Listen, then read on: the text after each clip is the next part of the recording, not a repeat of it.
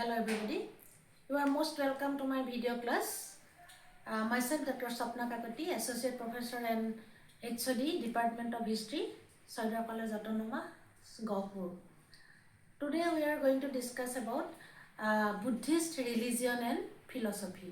মানে বৌদ্ধ ধৰ্ম আৰু দৰ্শন তাৰ ওপৰত আমি আজি আলোচনা কৰিবলৈ ওলাইছো। প্ৰথম আমি ক'ব লাগিব যে ভাৰতত যি বৌদ্ধ ধৰ্মৰ প্ৰৱৰ্তন কৰিছিলে বুদ্ধদেৱে বা বৌদ্ধ ধৰ্মৰ যি বিকাশ হৈছিলে তাৰ আঁৰৰ কাৰণ কি কেনেকুৱা পৰিস্থিতিত কাৰণ আমি ইতিমধ্যে জানো যে আমাৰ ভাৰতবৰ্ষত বেদৰ সময়ৰ পৰা ঋগবেদৰ সময়ৰ পৰা যি আমাৰ সনাতন ধৰ্ম চলি আহিছিলে বা বেদক নিৰ্ভৰ কৰি আমাৰ যি বৈদিক ধৰ্মৰ প্ৰচাৰ হৈছিলে তাৰ পাছত আকৌ কি কাৰণে আকৌ অন্য এটা ধৰ্ম আহিব লগা হ'ল তাৰ বেকগ্ৰাউণ্ডখিনি যদি চাওঁ যে প্ৰথম অৱস্থাত আমি বেদিক পিৰিয়ডৰ সময়খিনিত বেদৰ যি আমাৰ কনচেপ্ট যি দৰ্শন সেই দৰ্শন কিন্তু গোটেই পৃথিৱীৰ ভিতৰতে আটাইতকৈ উচ্চ স্তৰৰ বুলি ক'ব লাগিব। কিন্তু লেটাৰ বেদিক পিৰিয়ড লাহে লাহে কি হৈছিলে যেতিয়া পৰৱৰ্তী বেদৰ যুগ আহিলে লাহে লাহে তাৰ পিছৰ পৰা বা পুৰাণৰ সময়ৰ কি হৈছিলে যে ধৰ্মৰ ক্ষেত্ৰত মানে যিটো বেদৰ যিখিনি ধৰ্মীয় যিখিনি নীতি নিয়ম আছিলে তাৰ পৰা অকণমান যেন ফালৰি কাটি আহিছিলে তেনেকুৱা যেন ভাৱ হয় বা দেখা যায় আৰু ধৰ্ম বিশেষকৈ কোনে কণ্ট্ৰল কৰিছিলে ধৰ্মৰ পুৰোহিত শ্ৰেণীটোৱে বা ব্ৰাহ্মণসকলে আৰু আন এটা কথা হৈছে যে বেদৰ যিটো ভাষা সংস্কৃতত লিখা হৈছিলে আৰু সংস্কৃতটো কি হৈছিলে সেই বেদৰ সংস্কৃতটো সেই সময়ৰ সাধাৰণ মানুহে কিন্তু ইমান বোধগম্য নহৈছিলে।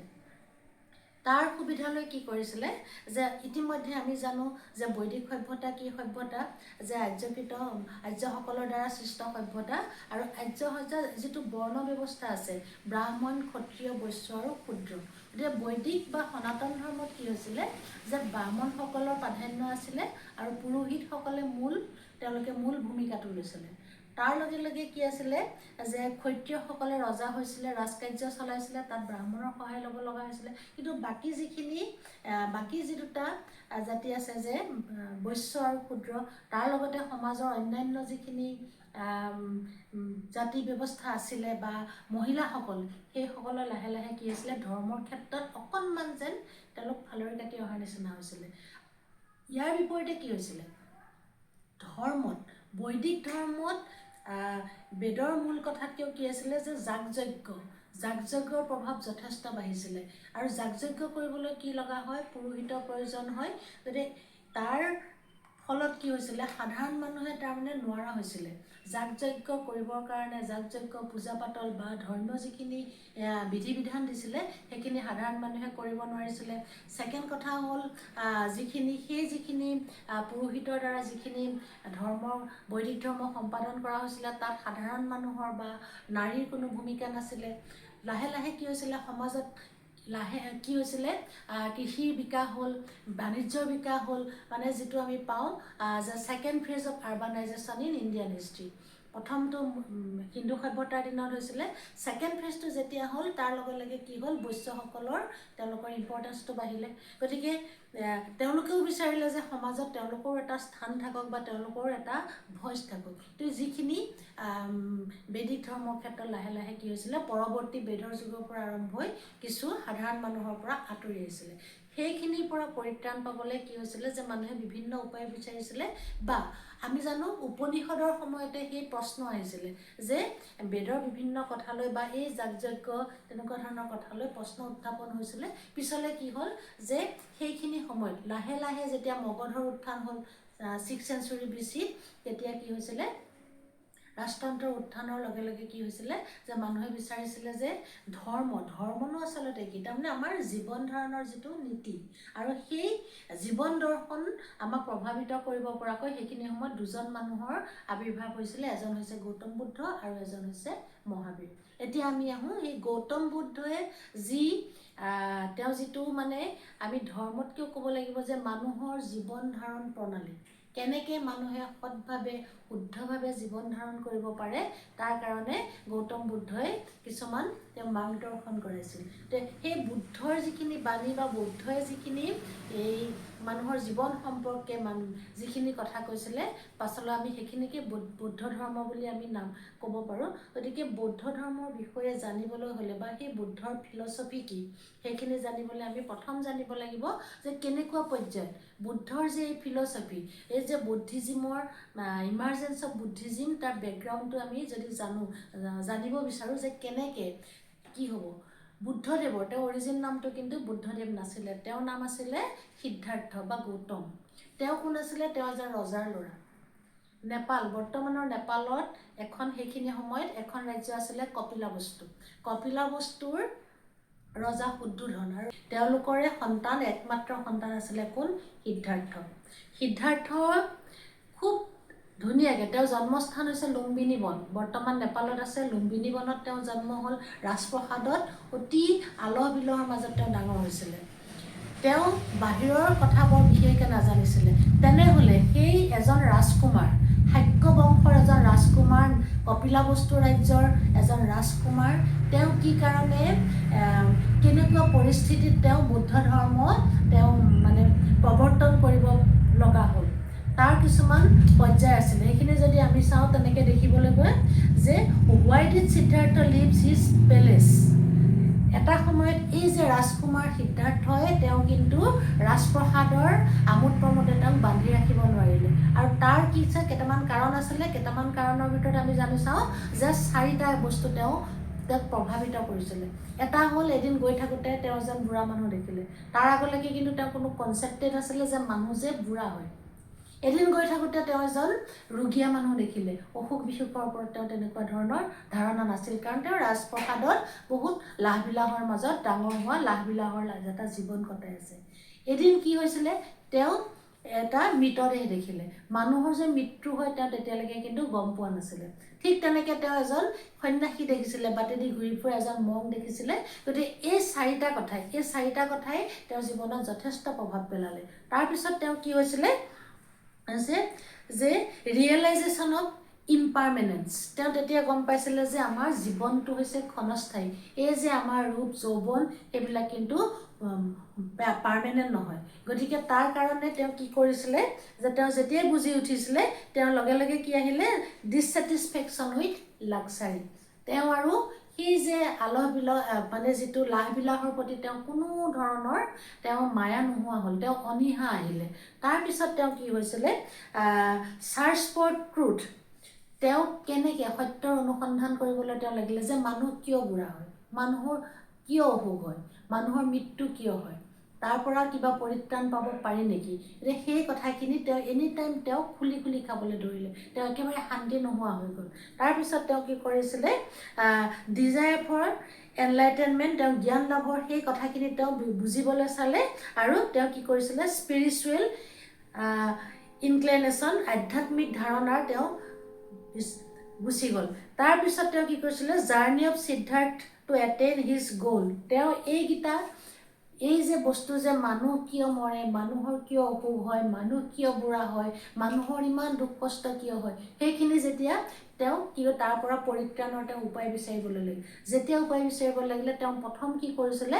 তেওঁ ৰাজপ্ৰসাদৰ যি ভোগবিলাক তেওঁ ত্যাগ কৰিলে। আৰু তেওঁ এদিন মনে মনে 29 বছৰ, এট দ্য এজ অফ 29, তেওঁ কি কৰিছিলে? যে renunciation. At the age of 29, Siddhartha leaved his palace, family and royal life in search of truth. তেওঁ সত্যৰ অন্বেষণত তেওঁ কি কৰিলে? ৰাজপ্ৰসাদ ত্যাগ কৰিলে, তেওঁ পৰিয়াল ত্যাগ কৰিলে, আৰু তেওঁ ৰাজপ্ৰসাদৰ পৰা ওলাই গুচি গ'ল। তাৰপিছত তেওঁ কি কৰিছিলে? তেওঁ একদম সাধাৰণ মানুহৰ ৰূপ ল'লে। তেওঁ ৰাজকোঁৱৰৰ নিচিনা নহয়, becoming an ascetic. He cut his hair, wore simple clothes and began living like a wandering monk. তেওঁ সম্পূৰ্ণ এটা সহজ সৰল জীৱন ধাৰণ কৰিব। তাৰপিছৰ পৰ্যায়ত তেওঁ কি কৰিছিলে? তেওঁ এই যে দুখৰ কাৰণ বিচাৰি পেলাই তেওঁ বিভিন্ন ঠাইলৈ তেওঁ গৈছিলে। He studied meditation under teachers but was not satisfied. তেওঁ বিভিন্ন সেইখিনি সময়ত ধৰ্মগুৰুৰ ওচৰলৈ গ'ল, তেওঁলোকৰ পৰা জানিব বিচাৰিলে, কিন্তু সেই সময়ত থকা ধৰ্মগুৰুসকলে যিখিনি জ্ঞান দিছিলে তেওঁ ছেটিছফাই নহৈছিলে। ইয়াৰ পাছত তেওঁ কি কৰিলে? তেওঁ এবাৰ ষ্ট্ৰিক্টলি কি কৰিছিলে? চিভিয়াৰ তেওঁ কি কৰিছিলে যে কঠোৰ তপস্যা কৰিছিলে। কঠোৰ তপস্যা মানে তেওঁ নিজকে যথেষ্ট কষ্ট দিছে। তেওঁ বহুদিন একো নোখোৱা নোবোৱাকৈ আছে, মানে তেওঁ ভয়ংকৰ অৱস্থা হৈ গৈছিলে। তাৰপিছতো তেওঁ নাপালে। তেতিয়া তেওঁ গম পাইছিলে যে মধ্যম পন্থা অৱলম্বন। মধ্যম পন্থাটো কি? তাৰমানে অতি বেছি কষ্ট কৰিলেও নহ'ব বা একেবাৰে ইজি হ'লেও নহ'ব। তেওঁ কি কৰিছিলে? He understood that extreme luxury and extreme hardship both are not the right way. গতিকে তেওঁ realisation of the middle path, তেওঁ মধ্যম পন্থাটো তেওঁ বিচাৰিলে। তাৰপিছত তেওঁ কি কৰিছিলে? মেডিটেশ্যন আণ্ডাৰ বুদ্ধিটি, তেওঁ বুদ্ধিবক্ষৰ তলত গৈ পেলাই তেওঁ কি কৰিছিলে? ধ্যান কৰিছিলে। আৰু সেই ধ্যান কৰি থাকোঁতে এদিন তেওঁ কি কৰিছিলে? দিব্যজ্ঞান লাভ কৰিছিলে। Attainment of enlightenment at the age of 35 he attain enlightenment and become known as Buddha. Buddha means the enlightened one. তেওঁ জ্ঞানী, বুদ্ধ বা জ্ঞানী হিচাপে পৰিচিত হ'ল। যেতিয়া তেওঁ সেই জ্ঞান পালে, তাৰপাছত তেওঁ কি কৰিলে? তেওঁ জ্ঞানটো তেওঁহে জানিলে, আনকতো জনাব লাগিব। তাৰ কাৰণে কি কৰিছিলে? ফাৰ্ষ্ট চাৰমনেট সাৰনাথত তেওঁ প্ৰথম উপদেশ দিছিলে। তেওঁ সেই যিখিনি দিব্যজ্ঞান লাভ কৰিছিলে প্ৰথম প্ৰচাৰ কৰিছিলে সাৰনাথত। সেইটো ধৰ্মচক্ৰ প্ৰৱৰ্তন বুলি কয়। After enlightenment, he delivered his first sermon known as the ধৰ্মচক্ৰ প্ৰৱৰ্তন। তাৰপিছত তেওঁ কি কৰিলে? 4 আৰ্য সত্য, প্ৰিচিং অফ 4 নবল ট্ৰুথ। মানুহৰ যে তেওঁ 4টা কথা কৈছিলে। কি? এটা হৈছে কি? দুখ, যে মানুহৰ জীৱনটো দুখ দুৰ্দশাৰে ভৰপূৰ। ছেকেণ্ডটো হৈছে যে দুখৰ কাৰণ কি হ'ব পাৰে? The causes of suffering is desire and attachment. সেইটো কাৰণে যে মানুহৰ যে সেই আশা আকাংক্ষাবিলাক থাকে, সেইটো কাৰণেই মানুহৰ দুখ হয়। দেন দুখৰ নাশ, নিৰোধ। Suffering can be ended by eliminating desire. মানুহে সেই আশা আকাংক্ষাক যেতিয়া কণ্ট্ৰল কৰিব পাৰিব, তেনেহ'লে দুখ নিৰ্বাণ কৰিব পাৰিব। আৰু দুখ নাশৰ পথ বা মাৰ্গ, সেইটো কেনেকৈ হ'ব? By the way to end suffering by following 8 fold path. মানুহৰ তেওঁ যে দেখিলে 4টা কাৰণ মানুহৰ দুখ, জীৱনটো কি? প্ৰথম কথা দুখেৰে ভৰা। ছেকেণ্ডটো তেওঁ গম পালে যে দুখৰ কাৰণ আছে। থাৰ্ডটো গম পালে যে দুখৰ পৰা নিৰ্বাণ লাভ কৰিব পাৰি। আৰু 4 নম্বৰতে তেওঁ কি গম পালে? যে তাৰ মাৰ্গটো কি হ'ব? 8 ফ'ল্ড পাথ বা অষ্টমাৰ্গ নীতি। তেওঁ সেই 8টা উপায় দিছিলে। সেই 8টা উপায় কি? ৰাইট ভিউ, মানুহৰ দৃষ্টি সৎ হ'ব লাগিব। ছেকেণ্ড হৈছে ৰাইট ইণ্টেনশ্যন, আমাৰ যিটো আমাৰ সৎ সংকল্প হ'ব লাগিব। ৰাইট স্পীচ, আমাৰ সৎ বাক্য, আমি শুদ্ধ বাক্য ক'ব লাগিব। সৎ কৰ্ম, ৰাইট একশ্যন। ৰাইট লাইভলিহুড, আমি শুদ্ধভাৱে সুস্থভাৱে আমি জীয়াই থাকিব লাগিব। ৰাইট এফৰ্ট, আমাৰ চেষ্টাবিলাক সদায় শুদ্ধ হ'ব লাগিব। ৰাইট মাইণ্ডফুলনেছ, আমি সৎ চিন্তা কৰিব লাগিব। আৰু কি? ৰাইট কনচেনট্ৰেশ্যন, আমি একাগ্ৰতা লাগিব। আমি শুদ্ধভাৱে সৎভাৱে আমি যিকোনো কামত আমি একাগ্ৰ হ'ব লাগিব। এইখিনি কাম তেওঁ কি কৰিছিলে? তাৰমানে আমি কি বুজিলোঁ? যে বুদ্ধদেৱে তেওঁ কি কৰিলে? তেওঁ 4টা কাৰণ পালে। যে এই যে মানুহৰ যে দুখ দুৰ্গতিৰ তেওঁ কি কৰিছিলে? 4টা, হয়নে? 4 নবল ট্ৰুথ, 4টা সত্য তেওঁ আৱিষ্কাৰ কৰিছিলে। আৰু তাৰ পৰা পৰিত্ৰাণ পাবলৈ তেওঁ কি কৰিছিলে? 8 ফ'ল্ড পাথ, অষ্টমাৰ্গ নীতি তেওঁ দেখাইছিলে। আৰু সেইখিনি যেতিয়া হ'ল, বুদ্ধদেৱে সেই সাৰনাথত গৈ পেলাই প্ৰথম তেওঁ ধৰ্ম প্ৰচাৰ কৰিলে। তাৰপিছত কি হৈছিলে? সেইখিনি সময়ৰ যেনেকৈ বাকী ধৰ্মগুৰুবিলাকে বিভিন্ন ঠাইত গৈ তেওঁলোকৰ নিজৰ নিজৰ দৰ্শনবিলাক মানুহৰ আগত কয়, বুদ্ধদেৱেও তেনেকেই কৈছিলে। তেওঁ এঠাইৰ পৰা সিঠাইলৈ যেতিয়া গৈছিলে, মানুহে তেওঁৰ শিষ্যত্ব গ্ৰহণ কৰিছিলে। আনকি তেওঁ মাক, তেওঁ পত্নী সকলোৱে আহি পেলাই তেওঁ শিষ্যত্ব গ্ৰহণ কৰিছিলে। গতিকে তেওঁ কি কৰিছিলে? দিব্যজ্ঞান লাভ কৰাৰ পিছত তেওঁ ৰৈ থকা নাই। তাৰপিছত তেওঁ কি কৰিছে? তেওঁ ফৰ্মেশ্যন অফ সংঘ, তেওঁ সেই যে যিখিনি তেওঁ শিষ্য হ'ল, ভিক্ষু এণ্ড ভিক্ষুণী, যিখিনি পুৰুষ তেওঁলোকক ভিক্ষু বুলি কৈছিলে, বৌদ্ধ ভিক্ষু, আৰু মহিলাসকলক ভিক্ষুণী বুলি কৈছিলে। তেওঁলোকক লৈ বৌদ্ধ ধৰ্মক তেওঁ কি কৈছিলে? এটা সংগঠিত ৰূপ আহি গ'ল বৌদ্ধ ধৰ্মত, সেইটো হৈছে বৌদ্ধ সংঘ। তাৰপিছত তেওঁলোকৰ মেইন কাম কি আছিলে? Spreading Buddhism. He travel to different places and to spread his teachings. তেওঁ এঠাইৰ পৰা ঠাইলৈ তেওঁ কি কৰিছিলে বৈশালী ৰাজগৃহ বিভিন্ন ঠাই তেওঁ ঘূৰি ঘূৰি তেওঁ সেই মতবাদবিলাক তেওঁ প্ৰচাৰ কৰি ফুৰিছিলে। তাৰপিছত কি আছিলে তেওঁৰ মেইন কথাটো আছিলে বুদ্ধদেৱৰ মেইন কথাটো আছিলে যে চিম্পুল লিভিং, মানুহে একদম সহজভাৱে সহজ সৰলভাৱে জীয়াই থাকিব লাগে, সৎ চিন্তা কৰিব লাগে, মিছা কথা ক'ব নালাগে, চুৰ কৰিব নালাগে, সৰুক মৰম কৰিব লাগে, ডাঙৰক সন্মান কৰিব লাগে, এই গোটেইখিনিয়ে আছিলে বুদ্ধৰ মেইন বাণী। তেওঁ পিছত এনেকৈ থাকি থাকি তেওঁ কি হৈছিলে at the age of 80 he attain মহা পৰিনিৰ্বাণ এক কুশীনগৰ। তেওঁ কুশীনগৰত লাষ্টত 80 বছৰ বয়সত মৃত্যু হ'ল। বুদ্ধদেৱ যেতিয়ালৈকে বুদ্ধ জীয়াই আছিলে তেওঁ যিখিনি ধৰ্মৰ কথা তেওঁ কিন্তু মুখে মুখে কৈ গৈছিলে, তেওঁ বিভিন্ন ঠাই ঘূৰি ঘূৰি তেওঁ ধৰ্ম প্ৰচাৰ কৰিছিলে। After the death of Buddha কি হৈছিলে তেওঁ সেই বাণীখিনি তেওঁ বুদ্ধে যিখিনি দ্য টিচিংছ অফ বুদ্ধ সেইখিনি কি কৰিছিলে তেওঁ শিষ্যসকলে একেলগে গোটাই কম্পাইল কৰিছিলে।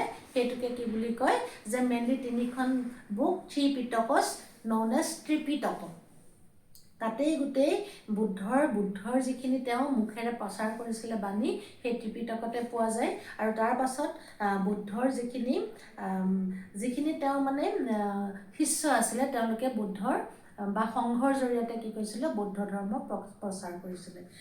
আৰু এটা আমি ডেভেলপমেণ্ট দেখিবলৈ পাওঁ, সেইটো হৈছে ডেভেলপমেণ্ট অফ আৰ্কিটেকচাৰ। বৌদ্ধ ধৰ্মৰ দৰ্শনৰ লগে লগে আৰু এটা বস্তু বিকাশ হৈছিলে, সেইটো হৈছিলে কি স্থাপত্যৰ বিকাশ, মেইনলি স্তূপ, চৈত্য এণ্ড বিহাৰ। হোৱাট ইজ স্তূপ মানে স্তূপ মানে বুদ্ধৰ মৃত্যুৰ পাছত কি হৈছিলে তেওঁ যি শৰীৰ তাৰ বা সেই শৰীৰৰ ওপৰত এটা কি কৰিছিলে য'ত তেওঁ যিটো আমি শ্মশান বুলি ক'ব পাৰি আমাৰ চিম্পুল ৱৰ্ডত, তাত কি হৈছিলে এটা ষ্ট্ৰাকচাৰ দিছিলে। পিছলৈ কি হৈছিলে বুদ্ধ বা বুদ্ধৰ পাছৰ যিকোনো বুদ্ধ গুৰুৰ মৃত্যুৰ পাছত তেওঁলোকে যি ঠাইত তেওঁলোকৰ মৃতদেহ ৰাখে তাৰ ওপৰত এটা নিৰ্দিষ্ট শ্বেপৰ এটা আৰ্কিটেকচাৰ এটা দিছিলে আৰু এইটোক স্তূপ বুলি জনা হৈছিলে। তাৰপিছত কি হৈছিলে স্তূপৰ লগত আৰু এটা হৈছিলে বুদ্ধিষ্ট, সেইটো হৈছে চৈত্য মানে হৈছে কি প্ৰেয়াৰ হল। তেওঁলোকে প্ৰাৰ্থনা কৰিবৰ কাৰণে এটা চেম্বাৰ তেওঁলোকে প্ৰতিষ্ঠা কৰিছিলে, সেইটোক চৈত্য বুলি কয়। আন এটা another development of architecture is the development of vihara or monastery. বৌদ্ধ বিহাৰ কি the residence of Buddhist monks. বৌদ্ধ সন্যাসীবিলাক থাকিবৰ কাৰণে তেওঁলোকে কি কৰিছিলে বৌদ্ধ বিহাৰসমূহ তেওঁলোকে পাতিছিলে। ইয়াৰ পাছত বৌদ্ধ ধৰ্মৰ বুদ্ধৰ যিখিনি উপদেশ, বুদ্ধৰ যিখিনি শিকনি ইমানেই পপুলাৰ হৈছিলে, সেইখিনি বৌদ্ধ ধৰ্ম বহুত মানুহে গ্ৰহণ কৰিছে। কেৱল ভাৰততেই নহয়, ভাৰতৰ সীমা পাৰ হৈ শ্ৰীলংকা আৰু দক্ষিণ পূব এছিয়াৰ প্ৰায় গোটেইবোৰ দেশতে কি হৈছিলে বৌদ্ধ ধৰ্ম প্ৰচাৰ হৈছিলে। ইভিন আমাৰ অসমতো প্ৰাচীন অসমলৈকে যে বৌদ্ধ ধৰ্ম প্ৰচাৰ হৈছিলে বা প্ৰসাৰ হৈছিলে তাৰ উদাহৰণটো আমি ৰাজতৰংগিনীত পাওঁ। যিটো ৰাজতৰংগিনী বা হিষ্ট্ৰী অফ কাশ্মীৰ, তাত যিটো উল্লেখ আছে যে সেই সময়ৰ কাশ্মীৰৰ এজন ৰজা মেঘবাহন, তেওঁ আমাৰ প্ৰাচীন অসমৰ বৰ্মন বংশৰ ৰজা বলবৰ্মনৰ জীয়ৰী অমৃতপ্ৰভাক বিয়া পাতিছিলে। অমৃতপ্ৰভাই কি কৰিছিলে তেওঁ পিতৃৰ যিজন ধৰ্মগুৰু স্তোনপাক তেওঁ কাশ্মীৰলৈ লৈ গৈছিলে। স্তোনপা আছিলে এজন তিব্বতীয় বৌদ্ধ ভিক্ষু আৰু এই স্তোনপাই কাশ্মীৰত লাষ্ট স্তোনপা নামৰ এক বৌদ্ধ স্তূপ নিৰ্মাণ কৰিছিলে। কাশ্মীৰলৈ অহা আনকি বৌদ্ধ ভিক্ষুসকল থাকিবৰ কাৰণে অমৃতপ্ৰভাই নিজেও কাশ্মীৰত এটা তেওঁ বৌদ্ধ বিহাৰ নিৰ্মাণ কৰিছিলে। প্ৰথম অৱস্থাত এইটো অমৃত ভৱন হিচাপে জনা গৈছিলে আৰু পাছত গৈ অমৃত ভৱন আৰু শেষত অন্ত ভৱন। গতিকে এই যে অমৃতপ্ৰভাই তেওঁৰ পিতৃ ৰাজ্যৰ পৰা তাৰমানে প্ৰাচীন কামৰূপৰ পৰা বৰ্মন বংশৰ সময়ত কি আছিলে ইয়াৰ পৰা এজন বৌদ্ধ তিব্বতীয় ধৰ্মগুৰু নিছে, সেই কথাটোৱে কি প্ৰমাণ কৰে যে প্ৰাচীন অসমত যেতিয়া বৰ্মনসকলে ৰাজত্ব কৰিছিলে সেইখিনি সময়ত বৌদ্ধ ধৰ্মৰ প্ৰচলন আছিলে। আৰু এই পপুলাৰিটিৰ কথা আমি কাশ্মীৰৰ পৰা কামৰূপলৈকে যে ইয়াৰ গোটেই পপুলাৰিটি আছিলে সেই গোটেই কথাখিনি তাৰ পৰা আমি গম পোৱা যায়। গতিকে বৌদ্ধ ধৰ্ম কেৱল ভাৰততেই নহয়, দক্ষিণ পূব এছিয়াৰ সকলো দেশতে কি হৈছিলে বৌদ্ধ ধৰ্মৰ প্ৰচাৰ হৈছিলে, বৌদ্ধ ধৰ্মৰ প্ৰসাৰ হৈছিলে। আৰু আমাৰ প্ৰাচীন কামৰূপতো কি আছিলে বৌদ্ধ ধৰ্মৰ প্ৰচাৰ হৈছিলে। গতিকে এই কথাটোৰ পৰা আমি কি গম পাওঁ যে বুদ্ধৰ যি ধৰ্ম আৰু দৰ্শন বুদ্ধ আৰু ধৰ্ম আৰু দৰ্শনে কি কৰিছিলে, যথেষ্ট জনপ্ৰিয়তা লাভ কৰিছিলে আৰু বহুত মানুহে বৌদ্ধ ধৰ্ম গ্ৰহণ কৰিছিলে। That's all for today. Thank U.